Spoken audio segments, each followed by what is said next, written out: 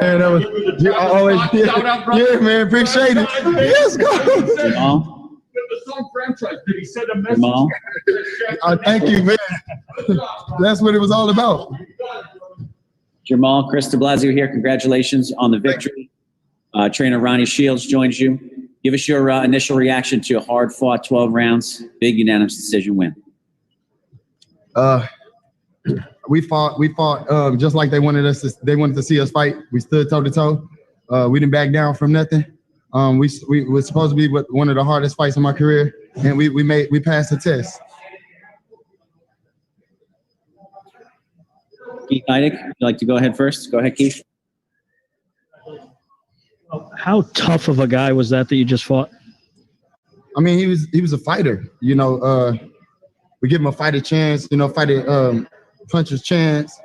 So at any moment the fight could change. But I stuck to my game plan. I listened to my corner, and we executed the game plan well. We got done with the fight like with an A. You know.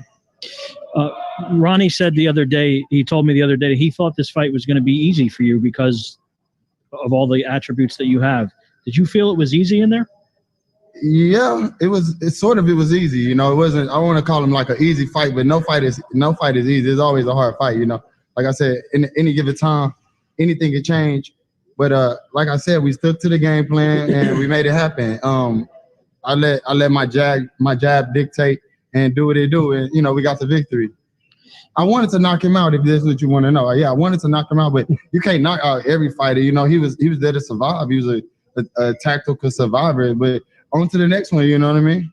You hurt him pretty bad at the end of the third round. When that happened and it was so early in the fight, even though there wasn't much time in the round, did you feel that you would get him out of there at that point after you did that? You know, I'm a finisher. That happened almost like the last 10 seconds almost of the round, so he made it through the round. He came back a little bit more recovered, but we figured we would continue to put pressure.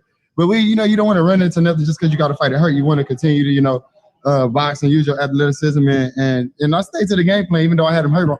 If Ronnie would have told me to go out there and see if he's still hurt, then I would have tested him. But you know, I landed the shots that I needed to land to win. What kind of statement do you think you delivered tonight? The whole world understand that you know, 31-0, 22 knockouts. I can fight. I can bang. I can get in there and fight and stand in there with the best of them. Obviously, he gave GGG a harder test than he gave me, right? So the levels show already. So the world understand what's going on. And my last question for you, in some ways, do you think this will make it harder for you to get the fights that you want because you did it pretty easily? I mean, I'm not an easy fight. And I'm not an easy fighter to get made. Like, obviously, everybody's calling me out. I got the belt. I got the championship right now. We see and we train hard. We go hard. So as long as I can keep doing what I'm doing, I'll get the fights that I need, and I'll make the legacy that I always wanted to have. The one I dreamed of is my twin brother turn now, so we're gonna stick to that. All right, thank you, Keith. I'm going to take our first question from Reggie Woodson. Reggie, unmute and go ahead. Hey, congratulations on a great performance and great win, champ. How difficult was it when he started having some success? How difficult was it for you to stick to the game plan? I'm in there fighting. That's like a question you can ask Ronnie. How difficult it was for me to stick to the game plan. I'm in there. I'm here to fight. You know, I train hard for it. So the fight is a fight to me. I'm gonna get in there and I'm gonna lay it all out on the line. I'm gonna do whatever I can to you know, make sure that I hit and don't get hit. But you know, it wasn't to me. I stuck to the game plan. My trainer said I stuck to the game plan. Gave me an A. So hey, it is what it is. Got that. Do you think this is kind of this might have been a benefit of there not being that crowd that might have been going crazy in those big moments, and since you didn't have that, it was easier to stay on focus? Nah, I knew when I hurt him. I knew when I hit him with good shots. I knew when the jab was landing. We could see it, you know. If there was a crowd, it could have manipulated the situation a little bit by the noise and people like rooting him on and thinking that he actually landed a shot that he didn't. But I caught a lot of shots on the glove. I mean, it's a fight I have to go back and rewatch, but like I had fun in there. As long as I was having fun, we was gonna get the victory. Thank you. Congratulations again. Thank you. Ronnie Shields, the talk on the broadcast from our analyst was that Jermall was fighting poised, boxing well, moving well, and using his power. They're very complimentary of the effort. Can you give your assessment of Jermall's performance? I give him an A on this one, man. I mean, everybody just kept, every interview I did, people saying this guy's a tough fight, it's a hard fight. Look, all the fights are tough, but he stuck to the game plan. His jab is one of the best jabs in the business. It's not just a good jab, it's a hard jab. And he hurt Sergey a couple times with the jab. He backed him up with it, and he stuck to the game plan. And I'm so proud of him because now he showed that the better the competition, the better he is. He showed maturity, he showed patience, all of that. Carlos Toro, you're up. Thanks so much, and congratulations, Jermall, on the win. Obviously, you mentioned obviously your jab being such a key part of the win. And were you surprised that it was landing so effectively and so well, especially early on in the fight? Nah, I trained hard for it. I'm not surprised. I'm surprised that you guys didn't think that I would land a jab as often or hurt this guy like I normally do. Like, I'm one of the best in the world alongside my twin brother. Hey, y'all get a chance to watch him next. So y'all get to the tube, get back over there. It's going to go down in a minute. Obviously, Derevyanchenko's face was really messed up, especially late in the fight. Was there a part of you that kind of thought that the fight was going to get stopped, or you were going to get a chance to end it before it got to the scorecards? Well, obviously, his trainer don't care about him as much as my trainer care about me. Because I mean, you see me, I'm still looking good, and I, I'm not going through all that, we box, but we still got a life after boxing. I want to be able to open my eyelids and do things like that of that nature. But he took some punishment, and the world got a chance to see me punish him. And, hey, they can't say, oh, you're not fighting nobody now. I hope I got my respect. Now that you're going to get your chance to fight on pay-per-view, that's something that you want to keep going and keep fighting on pay-per-view? Yeah, I'm a pay-per-view star now. Thanks, Jermall, and congratulations on the well-deserved win. All right, thanks, Carlos. We're going to go to Jeremy Herridge's fan-sided. Jeremy, go ahead.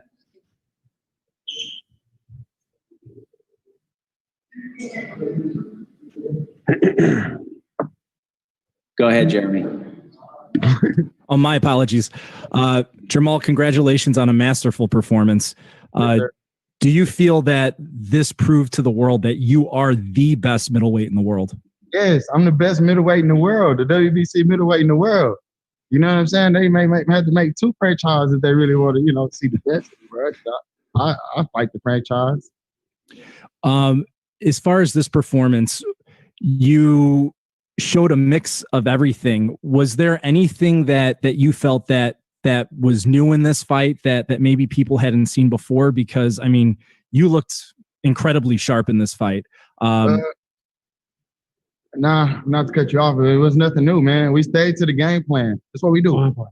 Oh, yeah, I did have some great sparring. Yeah, good point, Ronnie. I had some great sparring partners. Emmanuel Lean. I used, you remember I fought this guy named Brandon Adams? I know you remember that. I used him. I brought him back because he was short. He had the height. We had Cecil McCullum. We've been using him for a while. We had Ulyss Sierra. We used like a different range of different ideas. If the guy would box, if he turned southpaw, whatever, man. We had everything at camp. Camp was awesome. It was at home, so I was a lot more comfortable this camp. A lot more poised. Hey, it happened exactly the way it was supposed to. Final question. Did you sense several times throughout the fight that maybe you had him hurt enough where you could have put him away? Were there a couple times throughout the fight that you sensed that maybe I could close this out? Yeah, every round I heard him, it was like I got him right at the end. I finally got close enough right at the end. He was hurt. He was shook up, and he saved by the bell. But sometimes that happens. Jermall, congratulations again, and excellent performance. Thank you. Thanks, Jeremy. We're going to take one more from Lance Pugmire, The Athletic. Lance, if you unmute and go ahead. Congratulations, Jermall. Can you hear me? Okay, guys? Yeah. How long do you think you'll stay in this division, Jermall? You're so big, and obviously coming off this performance, you can kind of do what the other guys have done.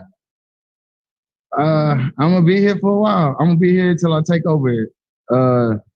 Edward Jackson does such a great job of keeping me intact all year long. Like I said, I fought back in December of last year, 19, and we stayed in camp the whole time. We stayed eating healthy. My chef, everyone who's played a big part of my career, I still have those guys in it, and I don't think anything could change right now. I mean, I'm not growing anymore. I don't think I'm getting any taller, any out of shape as long as I stay healthy. Who makes the most sense for you next as you look at the landscape? Say it again. Who makes the what most? Who makes the most sense for you to fight next? Benjamin Franklin. Whoever. That's who we're gonna choose to make our next move. Thank you so much. Congratulations. Thank you. Okay, Jermall, Ronnie, that's it for questions. Thank y'all. Enjoy the rest of your night. Enjoy your brother's fight. Congratulations again. Who makes the most? Okay, ladies and gents, we're in our short break on the pay-per-view, and I'll carry on with 3 more fights. Looking forward to more action. Thank you.